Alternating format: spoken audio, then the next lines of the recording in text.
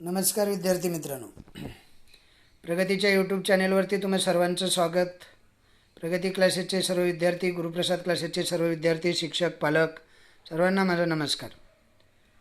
आपण 7वा धडा पाहत होतो. मागच्या लेक्चरला आपण 7व्या धड्याला सुरुवात केलेली होती. खेळ आणि इतिहास नावाचा हा धडा होता. पेज नंबर 46वरती पुस्तक काढलं असेल तुम्ही. त्यामध्ये आपण खेळाचं महत्त्व आणि खेळाचे वेगवेगळे प्रकार आणि वेगवेगळे खेळ यांच्याबद्दल आपण आणि वेगवेगळे खेळाडू यांच्याबद्दल माहिती घेतलेली आहे. आज आपण पेज नंबर 49वरती क्रीडा खेळांचे राष्ट्रीयकरण, आंतरराष्ट्रीयकरण इथून सुरुवात करणार आहोत.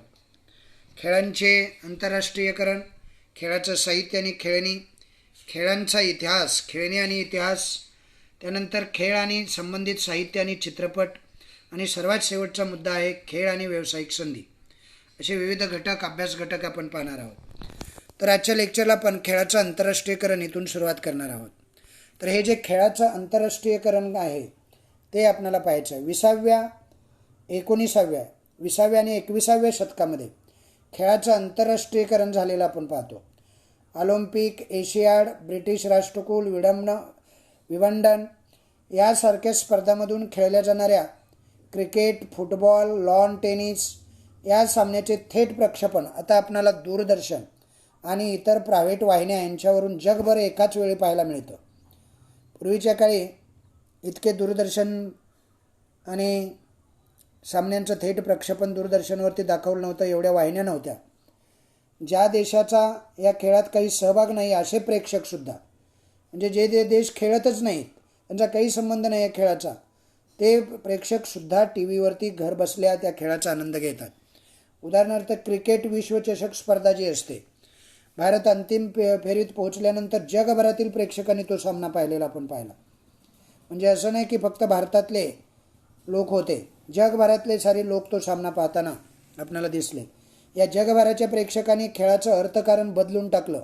हौशी खेळाडू शिकण्यासाठी सामने बघतात, प्रेक्षक ते मनोरंजनासाठी बघत असतात. हौशी खेळाडू म्हणजे कळतं, नवीन नवशिक्या खेळाडू जे असतात ते खेळाडू त्यातून काहीतरी आपल्याला शिकायला मिळेल या उद्देशानं हे सामने बघत असतात. आणि बाकीचे प्रेक्षक जे असतात ते प्रेक्षक मनोरंजनासाठी हे सामने बघत असतात. म्हणजे खेळाडू शिकण्यासाठी आणि प्रेक्षक मनोरंजनासाठी बघत असतात. कंपन्या जे असतात, वेगवेगळ्या मोठमोठ्या कॉर्पोरेट कंपन्या जे असतात, त्या जाहिरातीची संधी म्हणून या सामन्याकडे बघतात. प्रेक्षकांना सामने समजावून देण्यासाठी जे निवृत्त खेळाडू असतात, म्हणजे रिटायर झालेले जे खेळाडू आहेत, त्या खेळाडूंना संधी देण्यात येते आणि ते धावतं वर्णन त्याला म्हणतात, किंवा आपल्या भाषेत प्रचलित असा शब्द आहे तो म्हणजे कॉमेंट्री.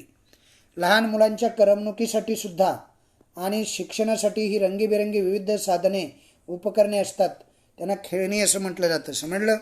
खेळाचं आंतरराष्ट्रीयकरण समजलं का मला सांगा अगोदर. प्रेक्षकांना सामने समजून देण्यासाठी निवृत्त खेळाडू येत असतात, खेळाडू शिकण्यासाठी आणि प्रेक्षक मनोरंजनासाठी सामने पाहत असतात. भारत अंतिम फेरीत पोहोचल्यानंतर क्रिकेटमध्ये जगभरातील प्रेक्षकांनी तो सामना पाहिला. महत्त्वाच्या गोष्टी आपल्याला सांगता आल्या पाहिजेत. तुम्हाला जेव्हा खेळाचं आंतरराष्ट्रीयकरण यावरती काही विचारलं जाईल तेव्हा काही महत्त्वाचे मुद्दे सांगता आले पाहिजेत. एक मुद्दा आहे क्रिकेट, हॉकी, फुटबॉल आदी खेळांचं दूरदर्शन आणि अन्य वाहिन्यांमध्ये थेट प्रक्षेपण होतं. ही सर्वात जमेची बाजू आहे. जगातील कानाकोपऱ्यातील लोक आपल्या देशाचा संघ नसला तरी ते सामन्याचा आनंद घेत असतात. 20व्या आणि 21व्या शतकामध्ये खेळांचं आंतरराष्ट्रीयकरण झालेलं आपण पाहतो. नंतर खेळांचं प्रेक्षक आणि खेळाचं अर्थकारण बदलून टाकलेलं आहे. खेळाकडे पाहण्याचा प्रत्येकाचा दृष्टिकोन वेगवेगळा असतो.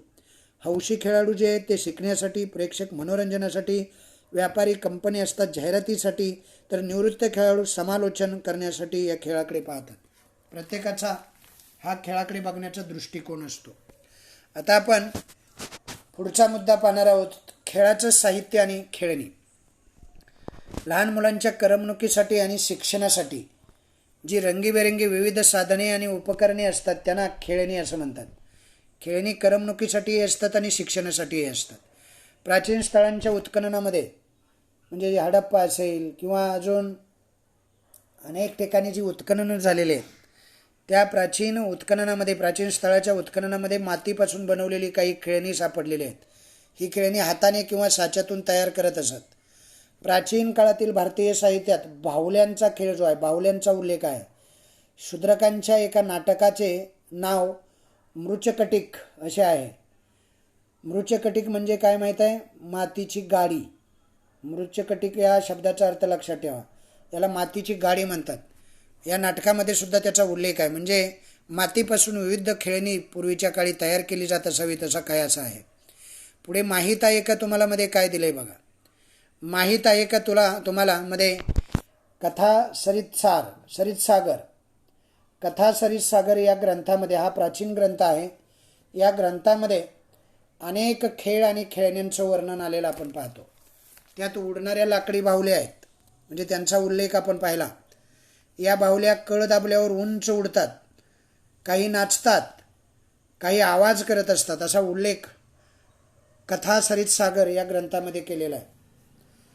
आता बघा, खेळाचं साहित्य आणि खेळणी जेव्हा आपण पाहतो तेव्हा त्यामध्ये कोणकोणते महत्त्वाचे मुद्दे आलेले आहेत. लहान मुलांच्या मनोरंजनासाठी आणि त्यांच्या शिक्षणासाठी जी साधनं किंवा जी उपकरणं बनवलेली असतात त्यांना खेळणी असं म्हणतात. बघितलं तुम्ही. नंतर प्राचीन स्थळाच्या उत्खननामध्ये हाताने किंवा साच्यातून बनवलेली अनेक खेळणी आपणाला सापडलेली आहेत. ती मातीची, दगडाची खेळणी असावीत. प्राचीन ग्रंथात बाहुल्यांचा उल्लेख सापडतो आणि शूद्रकाने लिहिलेल्या मृच्छकटिक या नाटकाच्या नावाचा अर्थ ही मातीची गाडी अशी आहे. त्यानंतर आपण माहीत आहे का तुम्हाला पाहिलं, त्यामध्ये लाकडी बाहुल्या बनवण्याची परंपरा भारतात फार प्राचीन काळापासून अस्तित्वात असावी असं मानलं जातं. नंतर कथा सरितसागरावरून ते आपल्याला समजतं. या ग्रंथामध्ये मनोरंजक खेळ आणि खेळण्याचं वर्णन आलेलं आहे. कळ दाबल्यावर उंच उडणाऱ्या, नाचणाऱ्या, आवाज करणाऱ्या लाकडी बाहुल्यांचे सुद्धा उल्लेख या कथी सरितसागरमध्ये आहे. महाराष्ट्रात या रंगीत लाकडी बाहुल्या, त्याला काय म्हणायचं रे, महाराष्ट्रामध्ये रंगीत लाकडी बाहुल्या आपल्याला पाहायला मिळतात. त्यांना काय म्हणतात माहिती आहे तुम्हाला? ठकी. खाली म्हटले बघा, चला शोधूयामध्ये दिलेलं आहे. बघितलं तुम्ही? तर चला शोधूयामध्ये बघा, पूर्वी भारतामध्ये अनेक भागामध्ये लाकडी बाहुल्या बनवत असत. महाराष्ट्रात ठकी ही जी बाहुली आहे ती फार फेमस आहे. ठकी नावाने ओळखल्या जाणाऱ्या रंगीत लाकडी बाहुल्या तयार केल्या जातात. अशी लाकडी बाहुल्या बनवण्याची परंपरा भारतात इतर कोणत्या प्रदेशात होती आहे या शोधूया. त्या प्रांतात त्या बाहुल्यांना काय नावे ते आपण शोधूयात, आहे की नाही. तर आपल्याला वेगवेगळ्या या विभागामध्ये वेगवेगळ्या लाकडी बाहुल्या तयार केल्या जातो. त्यांना वेगवेगळी नावं होती. ती तुम्हाला इंटरनेटच्या सहाय्यानं शोधता येतील, आहे की नाही. पुढे बघा, पुढे काय दिलेलं आहे रे, खेळणी आणि खेळण्याचा इतिहास. पुढचा अभ्यास घटक आहे हा. काय आहे? खेळणी आणि खेळण्याचा इतिहास. लक्षात राहील का? बघा, खेळणी आणि खेळण्याचा इतिहास पाहत असताना खेळण्यामधून इतिहास आणि कशाची, तंत्रज्ञानाची प्रगती यावर प्रकाश पडतो. धार्मिक आणि सांस्कृतिक परंपरा या खेळण्यावरून समजतात. महाराष्ट्रात दिवाळीत किल्ले करण्याची एक मोठी परंपरा आहे. तुम्हाला माहीत असेल, आहे की नाही. दिवाळीमध्ये किल्ले तयार करतात मुलं. या मातीच्या किल्ल्यावर छत्रपती शिवाजी महाराज आणि त्यांचे सहकारी यांच्या प्रतिमा ठेवल्या जातात. महाराष्ट्रातील किल्ल्याच्या साहाय्याने घडलेल्या इतिहासाचा उजाळा देणाऱ्याचाच हा एक प्रकार आहे. म्हणजे इतिहासाला उजाळा न देण्यासाठी सुद्धा या खेळांचा इतिहास आपण पाहतो. इतिहासाला खेळामुळे उजाळा मिळत असतो. उजाळा न मिळणं म्हणजे पुन्हा एकदा प्रकाश होतात हे खेळ येत असतात. इटली हा जो देश आहे यामधले पॉपेई हे नाव लक्षात ठेवा. पॉपेई शहराच्या उत्खननात, कोणतं शहर आहे? पॉपेई शहराचं जे उत्खनन आहे त्या उत्खननात एक भारतीय हस्तिदंती बाहुली सापडलेली आहे. कुठे? इटलीमध्ये. कोणत्या शहरामध्ये? पॉपेई या शहरामध्ये उत्खननात एक बाहुली सापडली. ती भारतीय बाहुली आहे, हस्तिदंतापासून बनवलेली ही बाहुली. ही पहिल्या शतकातील बाहुली असावी असा इतिहासकारांचा अंदाज आहे. यावरून भारत आणि रोम यांच्यातील परस्पर संबंधाबद्दल सुद्धा अनुमान करता येते. म्हणजे ही भारतातली बाहुली ही रोममध्ये कशी गेली, तर भारत आणि रोम यांचा परस्पर संबंध असला पाहिजे त्याचंही अनुमान बांधता येतं. अशा रीतीने उत्खननात मिळालेली खेळणी ही प्राचीन काळी विविध देशांमधून परस्पर संबंधावरती प्रकाश टाकू शकतात. ओके. पुढचा मुद्दा आहे, पुढचा अभ्यास घटक काय आहे बघू. पुढचा अभ्यास घटक जो आहे तो आहे खेळ आणि संबंधित साहित्य. आता हे जे खेळ असतात ना, त्या खेळांसाठी वेगवेगळं साहित्य असतं पहा. खेळाशी संबंधित साहित्य, वाङ्मय ही एक नवी ज्ञानशाखा असते, आहेच ती. खेळाशी संबंधित अनेक पुस्तके, कोश उपलब्ध असतात. मराठी मल्लखांबाचा इतिहास प्रसिद्ध झाला हे तुम्हाला माहीत असेल. षटकारसारखी काही मराठी इंग्रजी नियतकालिकही निघतात. वृत्तपत्रातून क्रीडाविषयक वृत्ते आणि लेख प्रसिद्ध होत असतात. अशा पद्धतीनं यामध्ये आपल्याला म्हणजे खेळ आणि संबंधित साहित्य आणि चित्रपट तरी कितीतरी निघालेले आहेत खेळावरती, माझ्यापेक्षा तुम्हाला माहीत असतील आहे ना. तर आपल्याला आता खेळ आणि संबंधित साहित्य व चित्रपट हा अभ्यास घटक पाहणार आहोत आपण. खेळाशी संबंधित साहित्य ही एक नवी ज्ञानशाखा आहे. समजलं. खेळाशी संबंधित पुस्तके, खेळाशी संबंधित कोश हे नव्यानं तयार होत आहेत आता, कारण त्याला मार्केटमध्ये बाजार म्हणजे मागणी आहे. मराठी भाषेमध्ये नुकताच मल्लखंबाचा इतिहास हे पुस्तक प्रकाशित झालेलं आहे. प्रचंड मागणी असणारे हे पुस्तक आहे. नंतर व्यायाम या विषयावर कोश आहेत. खेळ या विषयाला वाहिलेले षटकार माहीत नसेल तुम्हाला का? माहिती आहे, वाचता का तुम्ही? संपूर्ण खेळाची माहिती षटकारमध्ये. हे नियतकालिक आहे, फार पूर्वीपासून हे प्रसिद्ध असं लोकप्रिय असं नियतकालिक आहे. इंग्रजीमध्ये खेळ या विषयावर विपुल प्रमाणात साहित्य उपलब्ध असतं. खेळ या विषयाला वाहून घेतलेलं दूरदर्शन वाहिन्यासुद्धा आहेत. अनेक वाहिन्या स्पोर्ट्स वाहिन्या म्हणून ओळखल्या जातात. अशा पद्धतीनं अलीकडच्या काळामध्ये खेळ आणि खेळाडूंचा जीवनपट, खेळ आणि खेळाडूंचा जीवनपट यावर काही हिंदी आणि इंग्लिश चित्रपटसुद्धा निर्मात्यांनी त्यांची निर्मिती केलेली आहे. उदाहरणार्थ एखादं सांगायचं झालं तर MS धोनी आहे, तुम्ही पाहिला असेल कदाचित. दंगल आहे. अजून कोणता आहे रे? सलमान खानचा एक पिक्चर आहे ना, कोणता? कुस्तीवरती आहे बघा, मुष्टियुद्धावरतीच. कोणता आहे रे? सांगा बघू. मलाही तो आता आठवेना झालाय. चला आठवलं की सांगतो. पुढे बघा, जे असे चित्रपट आहेत ना, ते हिंदी आणि इंग्लिश चित्रपटांची निर्मिती या खेळावरती झालेली आहे. उदाहरणार्थ मेरी कॉम आहे, दंगल आहे. मेरी कॉम ही ऑलिम्पिकमध्ये भाग घेणारी आणि कांस्य पदक मिळवणारी पहिली महिला मुष्टियुद्ध आहे. तिच्यावरतीही मेरी कॉम नावाचा हा पिक्चर आपण पाहिलेला आहे की नाही. नंतर दंगल पिक्चर आहे. दंगल पिक्चरमध्ये सुद्धा फोगट भगिनी या पहिल्या महिला कुस्तीगीर यांच्या जीवनावर हा चित्रपट, आमिर खानचा हा चित्रपट आहे. बघितला असेल तुम्ही, आहे की नाही. चित्रपट बनवताना चित्रपटाचा कालखंड, त्या काळातील भाषा, पेहराव म्हणजे काय रे? पेहराव म्हणजे पोशाख. पेहराव म्हणजे काय? पोशाख. चित्रपट बनवताना चित्रपटाचा कालखंड, त्या काळातील भाषा, पेहराव, सामान्य जनजीवन या सगळ्यांचा सखोल अभ्यास करावा लागतो. या गोष्टींचा सखोल अभ्यास करणे इतिहासाच्या विद्यार्थ्यांना शक्य असते. कोशांतर्गत वा वर्तमानपत्रातून ही माहिती आपल्याला उपलब्ध होत असते, किंवा कोश असतात वेगवेगळे, माहीत आहे, त्यामधून सुद्धा, किंवा अन्य ठिकाणी क्रीडा या विषयावर लिहिताना खेळाचा इतिहास माहीत असणं गरजेचं असतं. त्यानंतर आपण खेळ आणि व्यावसायिक संधी, सर्वात शेवटचा अभ्यास घटक जो आहे या धड्यातला, कोणता आहे रे? खेळ आणि व्यावसायिक संधी. म्हणजे खेळामधून आपल्याला कोणकोणत्या व्यावसायिक संधी प्राप्त होत असतात. बघा, खेळ आणि इतिहास या गोष्टी वरवर पाहता भिन्न वाटल्या तरीसुद्धा त्यांचा एक निकटचा संबंध आहे. समजलं? त्या भिन्न आहेत का रे? नाही, तर ते निकटचे आहेत. निकटच्या खेळ आणि इतिहास या दोन गोष्टी वरवर पाहता भिन्न वाटल्या तरी त्या निकटच्या आहेत. म्हणजे काय? इतिहासाच्या विद्यार्थ्यांना क्रीडा क्षेत्रात अनेक संधी उपलब्ध होतात. ऑलिम्पिक आणि एशियाड सामने किंवा कोणत्याही स्वरूपाची राष्ट्रीय, आंतरराष्ट्रीय, जिल्हास्तरीय स्पर्धेंच्या संदर्भात लेखन, समीक्षा करण्यासाठी इतिहासाच्या कुणाची गरज असते? जाणकाराची मदत घ्यावी लागते. समजलं? मग कोणतीही स्पर्धा असो, ऑलिम्पिक स्पर्धा असो, एशियाड स्पर्धा असो, किंवा राष्ट्रीय स्वरूपाची कोणतीही, आंतरराष्ट्रीय स्वरूपाची कोणतीही स्पर्धा असो, त्या संदर्भात लेखन करायचे, समीक्षा करायचे, तर इतिहासाच्या जाणकाराची गरज असते. आणि म्हणून खेळ आणि इतिहास या दोन गोष्टी वरवर पाहता भिन्न वाटल्या तरी त्या निकटचा संबंध असणाऱ्या असतात. लक्षात राहील का बाळांनो?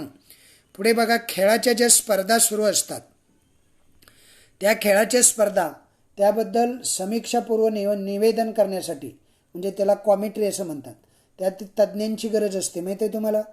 या तज्ज्ञांना खेळाचा इतिहास, मागील आकडेवारी, खेळातील विक्रम, गाजलेले खेळाडू, खेळासंबंधीची ऐतिहासिक आठवण अशा विविध गोष्टींची माहिती देणं गरजेचं असतं. आणि त्यासाठी इतिहास उपयुक्त असतो.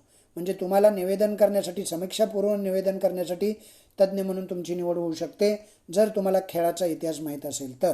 म्हणजे खेळ आणि इतिहास याला किती महत्त्व आहे ते तुम्ही पाहू शकता. अशा पद्धतीनं खेळामध्ये सुद्धा विविध व्यवसायाच्या संधी आपणाला उपलब्ध होत असतात. पुढे बघा, दूरदर्शनवरती हॉकी, क्रिकेट, फुटबॉल, कबड्डी, बुद्धिबळ या खेळांच्या सामन्याचे प्रत्यक्ष सामना चालू असतानाचे प्रक्षेपण चालू असते. ते तुम्ही ऐकलं असेल. प्रक्षेपण म्हणजे कॉमेट्री, हा शब्द प्रसिद्ध आहे, कॉमेट्री. विविध वाहिन्यांमुळे या खेळासंबंधित नोंदी ठेवणाऱ्यांना महत्त्व प्राप्त झालेलं आहे. खेळाशी संबंधित असणाऱ्या जवळजवळ 24 तास सुरू असणाऱ्या अनेक वाहिन्या आहेत आणि त्यामुळे या क्षेत्रामध्ये रोजगाराच्या अनेक संधीसुद्धा तरुणांच्या पुढे उपलब्ध झालेल्या आहेत. अशा पद्धतीनं खेळामध्ये सुद्धा वेगवेगळ्या संधी आजच्या घडीला उपलब्ध असलेल्या आपण पाहतो. त्यानंतर खेळांच्या स्पर्धामध्ये पंचांची आवश्यकता आहे. कशांची आवश्यकता आहे? पंच. नंतर पंच म्हणून पात्रता प्राप्त करण्यासाठी परीक्षा असतात. माहीत आहे का तुम्हाला? पंचांच्या वेगवेगळ्या परीक्षा द्याव्या लागतात. जसा कॉमेंटेटर असतो, जसा ग्राउंड रिपोर्टर असतो, पत्रकार असतात, तशाच पद्धतीनं पंचही असतो. पंच म्हणून पात्रता प्राप्त करण्यासाठी परीक्षा असतात. अशी पात्रता प्राप्त केलेल्या पंचांना जिल्हा, राज्य, राष्ट्रीय, आंतरराष्ट्रीय स्तरावर काम करण्याची संधी मिळत असते. सरकारी आणि खाजगी पातळीवरून, दोन्ही पातळीवरून खेळांना उत्तेजन देण्याचे प्रयत्न चालू आहेत आणि खेळाडूंसाठी आजकाल शिष्यवृत्तीची व्यवस्था करण्यात आलेली आहे. गावागावातून खेळाडू तयार व्हावेत म्हणून खेळाचं धोरणही या सरकारनं बदललेलं आपण पाहतो. सरकारी आणि खाजगी आस्थापनामध्ये खेळाडूंसाठी राखीव जागा ठेवण्यात आलेल्या सुद्धा आपण पाहतो.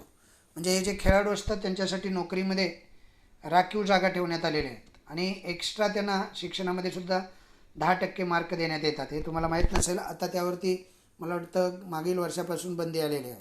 अशा पद्धतीनं या खेळामध्ये सुद्धा विविध संधी वेगवेगळ्या क्षेत्रामध्ये प्राप्त होत असतात.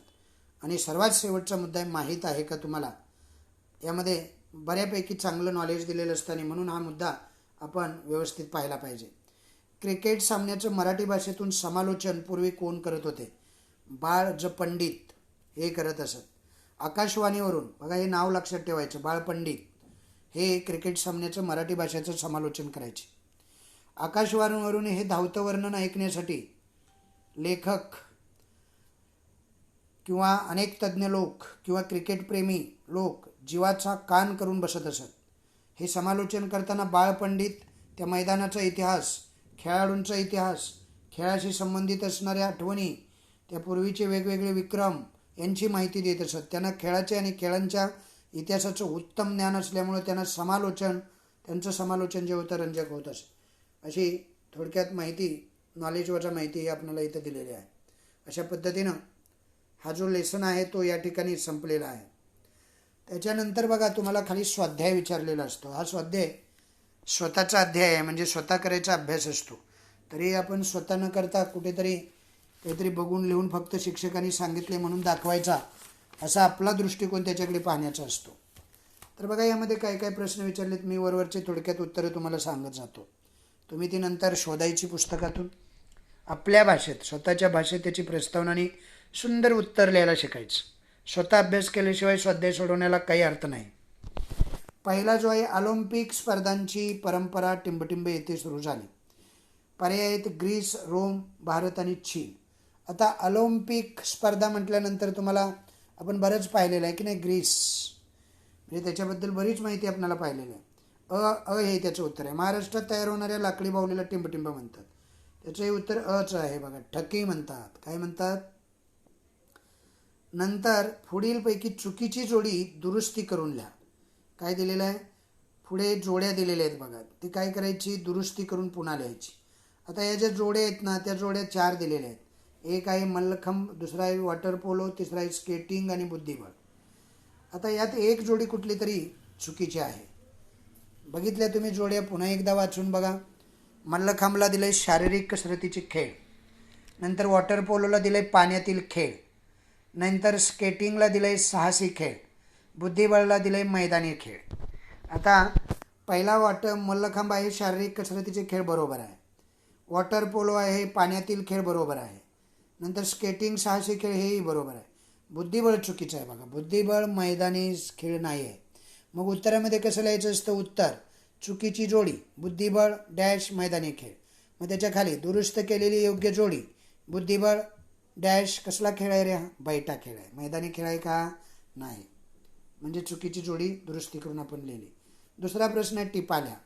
आता हा मोठा प्रश्न असतो, तुम्ही शोधून मस्तपैकी तुमच्या भाषेत लिहायला हवा. तरी मी तुम्हाला एक सांगतो, तुम्ही एक शोधून घ्या. खेळ आणि उत्सव. आता खेळणी आणि उत्सव आहे ते बघा. खेळणी आणि उत्सव ही टीप लिहित असताना खेळणी आणि उत्सवाबद्दल थोडंसं प्रास्ताविक 2 ओळी लिहिणं गरजेचं आहे. उत्सव आणि खेळणी यांचा प्राचीन काळापासून घनिष्ठ असा संबंध आहे असं एखादं वाक्य तुम्हाला लिहिता यायला पाहिजे पहिली टीप लिहिताना. मग नंतर त्याचे मुद्दे लिहायचे. 1. विविध सांस्कृतिक आणि धार्मिक उत्सवाप्रसंगी, म्हणजे एखादा सण उत्सव आपण जे संस्कृतीत आपल्या आहेत त्या उत्सवाप्रसंगी किंवा सणाप्रसंगी, सण म्हणजे उत्सव, सण उत्सवाप्रसंगी विविध खेळण्यांनी सजावट केली जाते. लहान मुलांना खेळण्याचे वाटप केले जाते. नंतर सांताक्लॉज नाताळमध्ये मुलांना खेळणीच देऊन जातो असंही म्हणतात. नंतर बघा, दीपावलीच्या उत्सवामध्ये महाराष्ट्रामध्ये खास करून मातींच्या किल्ल्यावर शिवराय आणि सैनिकांच्या प्रतिमा ठेवतात. ही खेळणीच असतात, आहे की नाही, एक प्रकारची. नंतर तिसरा, गावोगावच्या जत्रा आणि उत्सव प्रसंगी बाजारात मोठ्या प्रमाणात खेळण्याची दुकानंसुद्धा लागतात. बघितले तसे जत्रा तुम्ही, वेगवेगळी खेळण्याची दुकानं आलेली असतात, वेगवेगळी खेळणी असतात. नंतर अजून एखादा मुद्दा, बैलपोळा, नागपंचमी अशा सणाप्रसंगी मातीचं बैल तयार करतात. गाडी, नागोबा अशी खेळणीसुद्धा तयार केली जातात आणि मुलं त्या खेळण्याशी खेळत असतात, स्पर्धा लावत असतात, आहे की नाही. अशा पद्धतीनं खेळ आणि उत्सव यांचा संबंध आहे. नंतर खेळ आणि चित्रपट यांचासुद्धा संबंध आहे. पूर्वीच्या चित्रपटामधून नायक नायिका खेळत असल्याचे आपण अनेक दृश्य पाहिलेले आहेत, दाखवलेले आहेत चित्रपटामध्ये. अलीकडच्या काळात तरी खेळ आणि खेळाडूंचा जीवनपट दाखवला जातो. हिंदी इंग्रजी चित्रपट निघालेले आहेत. लगान चित्रपट आहे, दंगल चित्रपट आहे, सुलतान, मला तो आठवत नव्हता बघा, सलमान खानचा सुलतान चित्रपट आहे आणि तो कुस्तीवरतीच आहे की नाही. क्रिकेट, कुस्ती, MS धोनी आहे, मेरी कॉम आहे, कितीतरी आहेत या खेळाशी चित्रपट संबंधित आहेत. मेरी कॉम, फोगट भगिनी या खेळाडूंच्या जीवनावर एक चित्रपट आहे, दंगल. नंतर प्रसिद्ध धावपटू मिल्खा सिंग, माहिती आहे तुम्हाला, भारतरत्न सचिन तेंडुलकर, क्रिकेटपटू महेंद्रसिंग धोनी यांच्या कारकिर्दीवरती सुद्धा लघु चित्रपट निघालेले आहेत. एकूण खेळ आणि चित्रपट यांचा संबंध मुखपटापासून आजपर्यंत घनिष्ठ राहिलेला आपल्याला दिसतो. असे हे दोन्ही प्रश्न मी तुम्हाला सांगितले, तुम्ही सोडवायला पाहिजेत ॲक्च्युली, समजलं. पुढचा जो प्रश्न आहे तिसरा, पुढील विधाने सकाराने स्पष्ट करा. मी एकच सांगतो तुम्हाला, बाकीचं तुम्ही सोडवा बरं का. पहिलं जे विधान आहे, सध्याच्या काळात खेळाचे अर्थकारण बदलले आहे, असं एक विधान तुम्हाला इथं दिलेलं आहे. ते सकाराने स्पष्ट करायचं आहे. काय करता येईल? 21व्या आणि 20व्या शतकामध्ये खेळाचं काय झालेलं आहे, आंतरराष्ट्रीयकरण झालेलं आहे. सर्वच सामन्यांचं थेट प्रक्षेपण जगाच्या कानाकोपऱ्यात कुठेही बसून घरातून आपणाला एकाच वेळी पाहता येतं आणि त्यामुळं हौशी खेळाडू जे असतात ते शिकण्यासाठी, प्रेक्षक मनोरंजनासाठी हे बघत असतात आणि त्यामुळं एक अर्थकारण त्यांचं बदलून गेलेलं आहे. निवृत्त खेळाडू समालोचनासाठी वाहिन्यावर येत असतात. मोठा प्रेक्षक वर्ग सामने पाहत असतो आणि त्यामुळं कंपन्या मोठ्या प्रमाणात यावरती पैसा खर्च करत असतात. आपल्या उत्पादनाच्या जाहिराती खेळाच्या प्रक्षेपणादरम्यान किंवा त्या सामन्याच्या दरम्यान त्या कंपन्या करत असतात. या कारणामुळं सध्याच्या काळात खेळाचं अर्थकारण आपल्याला बदललेलं दिसतं. पुढचा प्रश्न तुम्ही बघा. 25 ते 30 शब्दामध्ये उत्तरे द्या. त्यातला एक मी सांगतो, एक तुम्ही सोडा. ओके. पहिला जो प्रश्न आहे, खेळाचे महत्त्व स्पष्ट करा. 25 ते 30 शब्दात त्याचं उत्तर लिहायचं असतं. असे जे प्रश्न असतात ना, त्याला स्वतःची एक छोटीशी खेळांचं, फक्त असं म्हणायचं नाही खेळांचं पुढील अनन्यसाधारण महत्त्व आहे असं म्हणतो ना आपण, लिहायला सुरुवात करतो. खेळाबद्दल 2 ओळी आपल्याला सांगता आल्या पाहिजेत, प्रास्ताविक तयार झालं पाहिजे. मग खेळांचे वेगवेगळे मुद्दे. खेळामुळे जीवनातील व्यथा आणि चिंता विसरल्या जातात. माणसाच्या मनाला विरंगुळा मिळतो.